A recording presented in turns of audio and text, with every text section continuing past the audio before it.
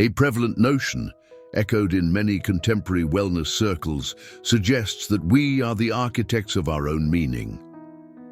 Life would then be an empty canvas at the mercy of our will, creativity, and desires. However, Viktor Frankl, in his journey through the unspeakable hells of the concentration camps, revealed to us a different, deeper, and paradoxically liberating truth. Meaning is not something you invent. It is something you discover. Imagine for a moment that existence is not a raw material waiting to be forcibly shaped by our hands. Instead, it resembles an intricate mystery, a complex jigsaw puzzle where every piece already exists, scattered, hidden, jumbled. Our primary task is not to manufacture these parts, but to find them, recognize them, and fit them together with patience, humility, and bravery. This shift in perspective is transformative. It takes us from the position of sovereign creators to the position of vigilant investigators. Life ceases to be a stage where our desires are the center, revealing itself as a vast field shrouded in mystery in which we are called to tune into something that transcends us, a call that emerges from outside, but that resonates within us. Frankl argued that life constantly asks us questions, and it is up to us to provide the answers, and not the other way around. The primary question ceases to be, what do I want from life, and becomes, what does life ask of me now? Meaning, therefore, is not merely subjective in the trivial sense of the term. It has an intrinsic objectivity. It manifests itself in the world, in events, in the people who cross our path, in the challenges that arise. Life, in his words, is like a dialogue. And in this exchange, we are the participants, not the authors of the plot, but those who respond authentically to what existence proposes to us. This is why, for Frankl, suffering can be imbued with meaning, not because it is desirable, but because even in the deepest anguish there can be a why that enables us to endure any how. Those who understand that meaning is found, not manufactured, are able to look at chaos and still see a thread of purpose. This is a truth that manifests itself, above all, when everything we considered essential is taken away from us. When we lose our comfort, our projects, our dreams. It was precisely in the concentration camp that Frankl learned this. When nothing else remained, the ability to choose one's attitude towards pain remained. And there was a meaning there, a call, a possible response. Existence continually sends us signs, clues, and silent opportunities. The meaning is present, not in our volition, but in reality itself. It is up to us to have the courage to listen, to seek, to recognize. For at their core, each individual is a pilgrim, not of themselves, but of a purpose that awaits them at some point on the journey. If we stop for a moment, if we quiet the noise of obligations, notifications, and external voices that demand so much from us, we will notice something subtle, almost imperceptible, but profoundly transformative. Each situation in life is in itself an invitation, not a common invitation, but a singular, unrepeatable call that summons us to a specific response. And this response can only emanate from us. This concept, so dear to Viktor Frankl, drastically changes the way we perceive events. There are no empty days. There are no neutral moments. Every encounter, every loss, every silence, every pain, every joy, every dilemma, all of them carry within themselves a question addressed exclusively to us. It is as if life, with its enigmatic ways, communicates between the lines of routine and questions us, gently or brutally. And now, what are you going to do with this? Frankl experienced this in extreme ways. He observed that even in the face of the barbarity of the concentration camps, situations that seemed merely absurd or devoid of meaning, the cold, the hunger, the separation from loved ones, the constant Fear of death contained silent invitations to dignity, compassion, and inner resilience. These were not easy invitations, of course, but they were real. And when one accepted this invitation, even for a brief moment, one's soul was illuminated with something the outside world could not destroy: meaning. The great secret, perhaps, is to understand that the invitation does not always present itself as a glorious opportunity. Often, it appears as an obstacle, a failure, a prolonged wait. And yet, in these dark corners, life continues to summon us. For the invitation does not reside in the circumstances themselves, but in the ability to respond to them authentically. This is why Frankl said that each moment is irreplaceable. It offers a unique opportunity for fulfillment that will not return. Life challenges us in different ways every second, and our mission is to remain alert, to be present, to discern what is required of us in the here and now, and to act accordingly. This could mean a hug, silence when everything calls for it, forgiveness when hurt tries to stop, moving forward when fear tells us to stop. Each gesture can be the appropriate response to an invisible invitation. This is the kind of perspective that transforms everyday life into something extraordinary. Because suddenly, even washing the dishes, navigating traffic, dealing with a challenging colleague, or experiencing grief acquires depth. Everything becomes sacred when seen as a call from existence, an invitation to be who you are at your best, precisely in the scenario in which you find yourself. And so, by accepting what is given to us with courage and responsibility, we become what we are destined to be, not just survivors of circumstances, but partners in the mystery of life. At the heart of Viktor Frankl's thought, there pulsates a powerful, silent idea, almost revolutionary for the modern mentality, which often perceives itself as captive to circumstances. No matter how much everything is taken away from us, goods, people, status, security, there still remains something that no one can take away from us, the prerogative to choose our reaction. This is, according to Frankl, the supreme of human freedoms, and perhaps the most revered. Imagine yourself in the most desolate of situations. Everything you love has vanished. Your physical freedom has been curtailed. You are pushed to the brink of despair. The question that arises, and that many have already asked in the shadows of their own prisons, whether visible or invisible, is, do I still have any power? And the answer, which at first glance seems almost absurd, is yes, you have the ability to choose your attitude.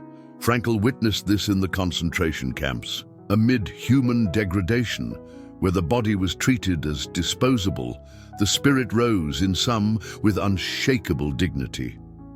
He watched prisoners sharing their last piece of bread, comforting others, refusing to allow the brutality around them to contaminate their inner selves. These people were, in his view, living proof that between stimulus and response there is a space, and in that space lies our freedom. This small gap, this interstice between what happens to us and how we react, is the stage where all our humanity manifests itself. It is in this space that we define who we are, not through speeches, but through actions. We may not control events, but we always control how we will face them. And this decision, often invisible to the eyes of the world, is where true heroism lies. Frankl does not deny suffering, nor does he try to embellish it with naive romanticism. He knows the real weight of pain, but he bravely asserts that human beings transcend the sum of their traumas, that there is a spark within us capable of agreeing or rejecting what is happening, and this choice is the foundation of everything. Perhaps in practice, this means choosing not to react with anger when someone offends us. It means maintaining faith in the midst of despair. It means not becoming bitter even when there is reason to be. Or even more courageously, accepting what cannot be changed without giving in to cynicism. This freedom is challenging. It takes us out of the condition of passive victims and invites us to be the ones to formulate our own responses. But it is also what restores our dignity, even in the most degrading situations.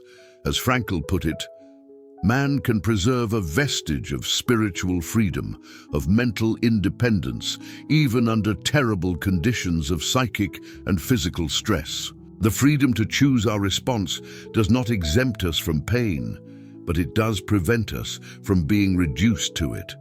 And that in itself is a form of redemption. Ultimately, we are not determined by circumstances. We are revealed by them. And in this space where we decide how to respond, we are invited not only to survive, but to become who we truly are. There comes a point in everyone's journey when sooner or later we are pushed into a dark place, not by choice, but by the imposition of life. It could be the loss of a loved one, the collapse of a longing, an illness, an injustice. And in this environment where everything seems mute and formless, where even time seems suspended, a silent, almost desperate question emerges. Why is this happening to me? It is at this very moment that Viktor Frankl intervenes with a clarity. Not a light that annihilates all darkness, but one that allows us to see into it. For Frankl, suffering is inevitable, but despair is not. And the difference between the two lies in the meaning. He observed in the concentration camps that those who were able to give meaning to pain were able to bear what seemed unbearable. And this is not a philosophy of consolation. It is something lived, breathed, experienced in the flesh, in the bones, in the spirit. If there is a why, any how can be born.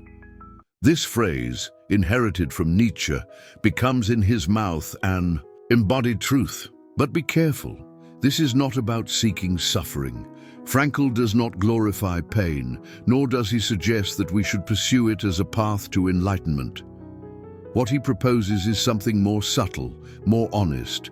When suffering finds us, and we cannot avoid it, we can still decide how to face it. And it is at this point that, paradoxically, suffering becomes an opportunity for growth, for deepening, for transcendence. Think of it like a steep mountain. No one climbs it for the sheer pleasure of it. There is pain, effort, exhaustion. But when we reach the summit, something inside us changes, not just because we have seen the view, but because the climb has shaped us. The same is true of the human soul. Certain inner heights can only be reached by traversing dark valleys. And what guides us through these valleys is the ability to convert pain into a mission. For Frankl, there is a kind of response that only pain can extract from us. A maturity that does not come from success, but from loss. An empathy that is born not from comfort, but from an open wound. There are those who find their purpose precisely by going through suffering. People who have lost someone and decided to help others overcome the same pain. Who have faced cancer and started to live with renewed intensity. Who have been betrayed and learned to love more consciously. It's true. We can't always discern the meaning right away. Sometimes it only reveals itself much later. Other times, it manifests itself not in words, but in actions, in who we become after the impact. But Frankl assures us suffering doesn't have to be an impasse. It can be a threshold, a portal to interiority, to faith, to compassion, an invitation to rise above ourselves. For even when everything falls apart, the way we choose to move through the ruin can itself be an act of meaning. And that is what saves us. Not the absence of pain, but the conviction that no pain, no matter how illogical it may seem, is incapable of being transmuted into something greater. Sometimes in silence, sometimes with tears, but always with dignity. Viktor Frankl, with the wisdom of someone who observed the human soul in its deepest decadence, but also at its highest point, teaches us that the meaning of life is not an impenetrable mystery, a revelation exclusive to the enlightened or great thinkers. On the contrary, meaning is available to everyone, anywhere, at any time. and it can be found, essentially, in three ways, three accesses, three paths. 1. Through what we do, the trail of works, creations, achievements. This is the most obvious path. We find meaning when we dedicate ourselves to something of value, when we create, work, make an impact, and contribute to the world around us. It could be a grand work of art, a vocation dedicated to medicine, a company built on principles, or even a garden cultivated with care. The scale doesn't matter. What matters is the commitment to something that transcends us. Frankl observed this in the prisoners who, even surrounded by death, cleaned their shoes, wrote on pieces of paper, and swept the floor of the barracks. As if to say, I can still accomplish something that has meaning even here. The work doesn't have to be grand in the eyes of the world, it just needs to be relevant to those who do it. Because when we dedicate our passion to what we do, work ceases to be a burden and becomes a mission. 2. Through what we experience, the path of experiences, love, beauty. There is meaning in what we experience intensely, in moments of full awareness, in human bonds, in genuine encounters. When we love someone, when we are touched by a melody, when we contemplate a landscape that integrates us into the whole, that is where meaning lies.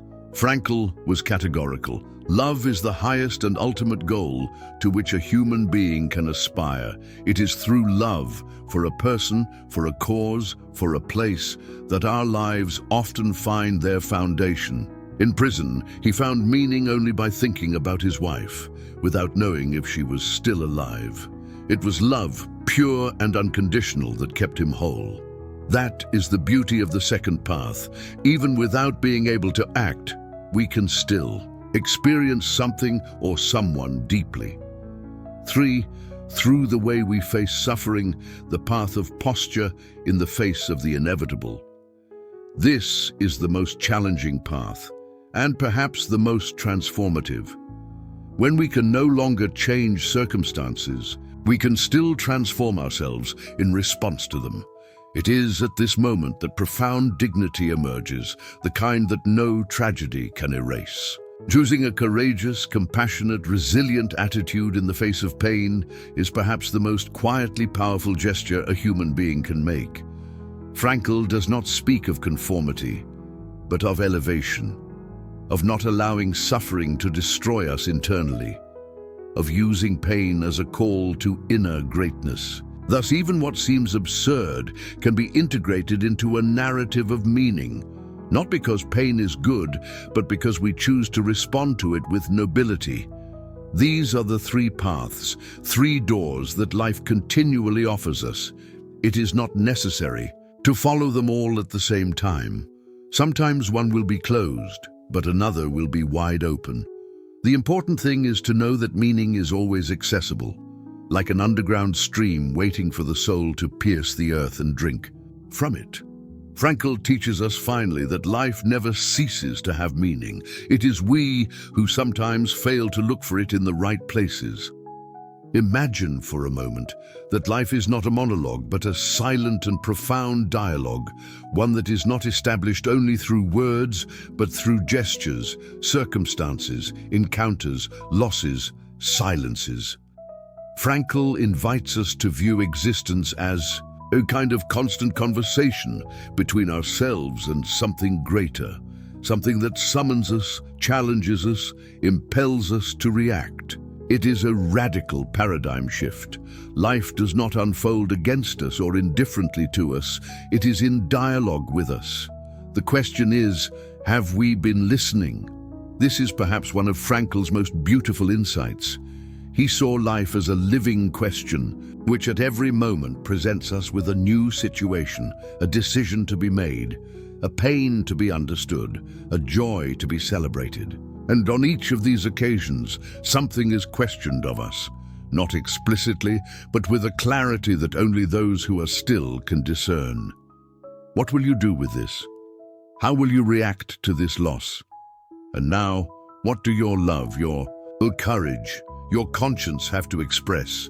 Note that this is not about finding a correct answer in the moralistic sense, but about seeking an authentic answer, one that emanates from the most lucid and responsible part of ourselves. Frankl believed that we are questioned by life and not the other way around. It is not about asking life to provide us with all the explanations, but about recognizing that it is asking something of us, and it is up to us to respond accordingly. This dialogue with life manifests itself in the small details. Sometimes a loss does not come to punish us, but to teach us to let go. Sometimes a difficulty is a stimulus to become stronger, more patient, more genuine. Dialogue is not always easy to understand. It requires attentive listening, sensitivity, presence. But it is there. It has always been there. And herein lies an almost sacred aspect. Each individual receives different questions from life. No one is called in the same way. While one is challenged by loneliness, another is tested by excessive responsibilities. While one needs to learn to act, the other needs to learn to wait. And for this reason, there are no ready-made formulas. What exists is an honest openness to recognize. What I am experiencing now is a question. How will I answer it? This way of living transforms everything. Because even in the most banal moments, like a delay, a difficult conversation, an unexpected opportunity, we realize that something bigger is watching us and telling us, you are part of this. You matter, your response matters, and most notably, life responds. When we offer a true response, the world takes on a different color, sometimes with something subtle, sometimes with an unexpected peace, or with a synchronicity that seems magical. Because, like all good dialogue, the interaction with life is built in two directions. That is why Viktor Frankl encourages us to live with listening, with bravery and with presence. Life is not a fixed script, nor a battle against chance. It is a call, an exchange, a reciprocal movement. And when we begin to live as someone who listens, as someone who responds, then everything, absolutely everything, can become a path. We live in a world that has been whispering to us since the beginning. You are what was molded from you. The experiences you have lived, the culture you came from, the traumas you have endured, the environment you grew up in. Everything seems to point to the same conclusion. You are a product, a result, a reflection of your surroundings. But Viktor Frankl, with his acute lucidity, comes to break this logic. He states, with the authority of someone who has faced hell and survived with dignity, that the human being is not a product. He is a calling. Yes, you are a calling. Not an object passively shaped by circumstances, but a being summoned by life to manifest itself in a unique way. There is something that only you can be, something that only you can offer to the world. And the beauty of this calling lies in the fact that it is not in the past, but in front of you. You are not what has been done to you. You are what you decide to do with what has been done to you. This is the distinction between a product and a calling. The former is passive, the latter free. Frankl saw this in the darkest human scenarios. Individuals reduced to numbers, treated as commodities, stripped of everything, and yet some held their heads high, their souls whole, their hearts compassionate. These people were not just surviving, they were answering an inner calling that no concentration camp could silence. And you? Where is your listening?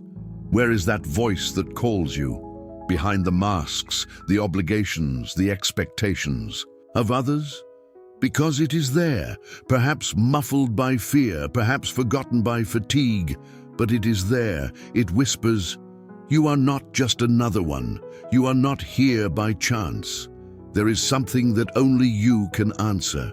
Frankl insists we are not defined by external factors, but by our ability to give an autonomous and personal response to what happens to us.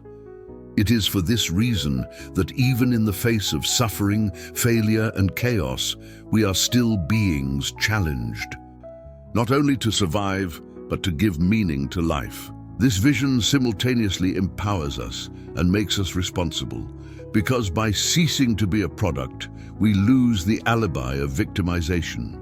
but we gain something infinitely greater: the opportunity to live as protagonists, as active voices in dialogue with the world. Don't wait for someone or something to assign you your role. There is no external formula. Life will not hand you a printed map, but it calls on you daily in every situation to transform your existence into a singular work. And this work is not what the world makes of you. It is what you choose to be, in spite of the world. There are moments when life seems to shout no with brutal intensity. No to your longing. No to your dream. No to your affection, your health, your stability, your hope.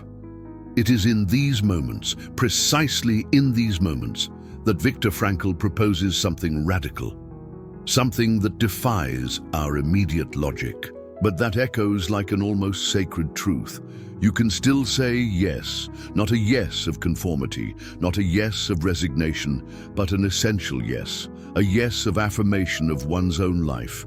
Frankl is not referring to a superficial optimism, the kind that pretends that everything will work out. He's talking about an inner choice, to remain whole even when everything around us is falling apart, to affirm that despite everything, life is still worth living.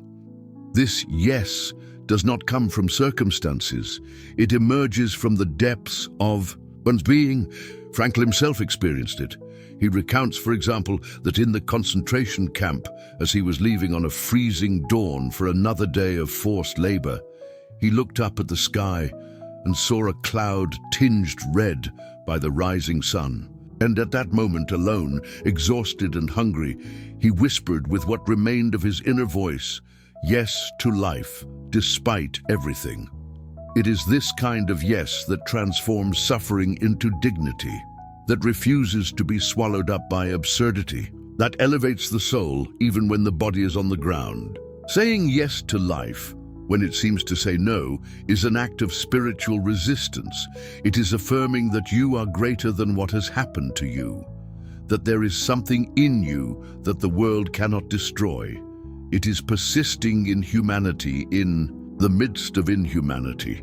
It is maintaining faith in the possibility of meaning, even without fully understanding it. Perhaps this yes manifests itself in the simple act of getting out of bed after a hard day, or in the effort to listen to someone patiently, even when exhausted, or in the silent gesture of not giving up on oneself. This yes is a kind of prayer, without words, a loyalty to one's own existence, even when it seems not to reciprocate. And according to Frankl, this is exactly when life reveals to us the most who we are, because it is easy to love life when it smiles at us. But to love life when it hurts us, that is freedom, that is transcendence, that is courage. And often it is in this unlikely yes, in this yes torn from the soul in the midst of pain, that the spark of true meaning is born. At the heart of the human experience, one question persists. What is the meaning of my existence? Many seek ready-made answers, magic formulas, scripts provided by others. But Frankl, who lived and reflected deeply on this quest, reminds us that the responsibility for that answer lies entirely with us. You alone are responsible for finding and building the meaning of your life.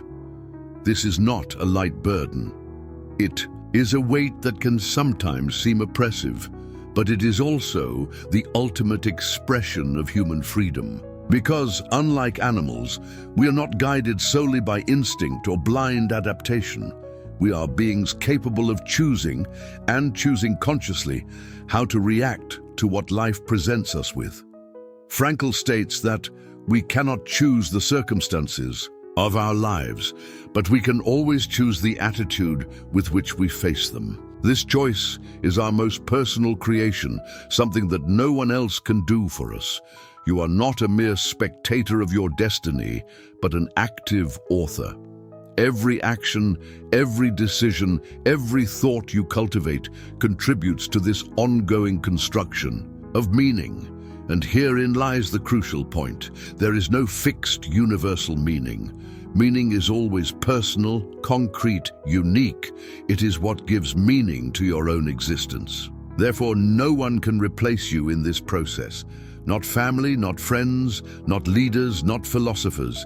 Each of us must assume this responsibility without running away, without blaming, without expecting life to make sense by itself. Frankl emphasizes that assuming this responsibility does not imply loneliness, quite the opposite. It is in this act that we find our greatest strength. Because by recognizing that we are responsible, we also recognize our capacity to change, to mature, to respond to life's call. And this responsibility opens the doors to hope. It tells us that even in the face of adversity, pain or failure, we can always start over, redirect, redefine the meaning we choose to follow. You can be the author of a new chapter at any time. Thus, responsibility for meaning is not a burden that paralyzes us, but an opportunity that liberates us. It frees us from being victims of circumstances and transforms us into conscious protagonists of our destiny. If there is one thing that Viktor Frankl makes clear to us, it is that the meaning of life is not a hidden treasure that, once discovered, guarantees us eternal happiness and answers to everything. The meaning of life lies precisely in the search, in the journey, in the continuous effort to find and reaffirm that which gives meaning to existence. Life does not hand us meaning on a silver platter. It invites us to seek it, often with effort, uncertainty, new beginnings and failures. And it is in this movement that true value is found. Frankl compares this search to a mission, not a straight line, but a path with curves, detours, and at times stumbles. Each step taken, each choice made, each moment lived with lucidity and responsibility is a piece of this vast mosaic. And even when meaning seems to elude us, when life seems chaotic and without answers, it is the search itself that keeps us alive, alert, connected to something greater. Because as long as there is searching, there is hope. As long as there is questioning, there is possibility. It is as if meaning were not a fixed point, but a dynamic flow, a dance between the human being and life. It is in the act of seeking that life reveals itself. It is in the courage to continue asking questions, even without clear answers, that the human being finds fulfillment. This vision frees us from the burden of having to figure it all out now. It welcomes us into the imperfection of the journey, into constant learning, into daily commitment to what is most authentic to us. And it invites us to embrace uncertainty with courage, because that is where meaning blossoms. Thus, the meaning of life is not a destination to be reached, but a journey to be lived. A permanent invitation to be present, to choose, to respond, to be who we truly are as time unfolds. And this is Viktor Frankl's ultimate and most profound message. Life is calling you to something, and that something is the authentic search for meaning, which is unique and irreducible in each of us.